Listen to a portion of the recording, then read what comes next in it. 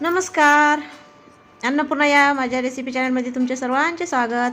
गव्हाच्या पिठात चवीपुरतं सेंधी मीठ टाकून घेतलं, शिजलेला बटाटा किसून टाकला व थोडीशी हळद घालून कणिक मळून घेतली. बटाटे अर्धे अर्धे कापून कुकरमध्ये शिजायला घातले. वाटाण्याच्या सीझनमध्ये सगळ्यात शेवट वाटाण्याच्या शेंगा मला मिळाल्या, त्या सोलून वाटाणे तव्यावर भाजून घेतले. मिक्सरमध्ये ओबडधोबड वाटून घेतलं. तोपर्यंत कुकरची एक शिट्टी झाली. कांदा बारीक चिरून घेतला. थंड झाल्यावर बटाटे सोलून घेतले.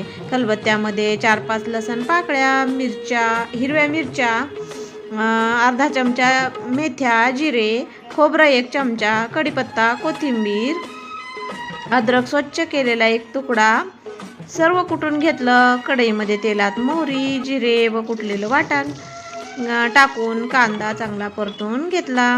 1 चमचा लाल तिखट, अर्धा चमचा हळद व मसाला घालून स्मॅश केलेले बटाटे वाटाणे घातले. आवडीप्रमाणे मीठ घालून भाजीला हलवून 1 वाफ दिली. कोथिंबीर घालून भाजी तयार केली. यापुढे कोणता पदार्थ केला, कसा केला याचा पार्ट 2 नक्कीच पहा. भेटू दुसऱ्या पार्टमध्ये. तोपर्यंत याची तयारी करा. तेही वाटाणे भेटले तर, नाही भेटले तर मुगाच्या ओल्या शेंगा किंवा तुरीच्या ओल्या शेंगा किंवा ओले उन्हाळी हरभरे भेटले तर वाटाण्याऐवजी घालायला घेऊन या.